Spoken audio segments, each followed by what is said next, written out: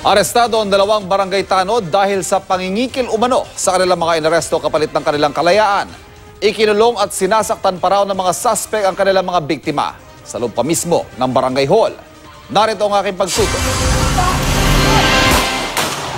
Nang sumalakay ang batasan pulis sa barangay hall ng Commonwealth sa Quezon City, hindi na nakapalag ang mga target at tanod na sina Benry Paul at Rolando Ferreira na inireklamo ng pangingikil, pananakit at illegal detention.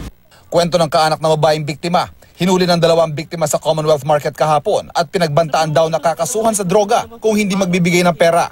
Pagdating sa barangay hall, sinaktan at pinagsasampal daw ang babae. Ang unang usapan, 40. Yung asawa ng kapatid ko, nakikipagtawan sa mga hayop na yan hanggang sa mauwi sila sa 30. 30,000 po. Kaya po ako kumilos na para humingi po ng tulong sa Station 6.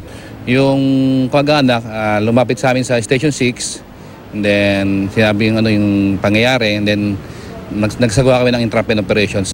Itinanggi ng mga tanod ang aligasyon. Hindi po ako ang tumanggap. Pinasa lang sa akin. Andito lang ako. Nagtapon daw ng sigarilyo. O yun, siyempre, titikitan ko, environmental ako enforcer eh. Wala naman akong alam na transaksyon nila. Kung may alam ako, siyempre, hindi kong alam na pera yun eh. Pero bukod sa nailigtas sa babae, may 38 iba pa na nadiskubring nakakulong sa detention facility ng barangay ng ilang linggo na. Ilan sa kanila, may mga pasa sa iba't ibang bahagi ng katawan. Magtutubos po muna ng 500 bago makalabas. Tapos bago makalabas, papaluin muna kayo.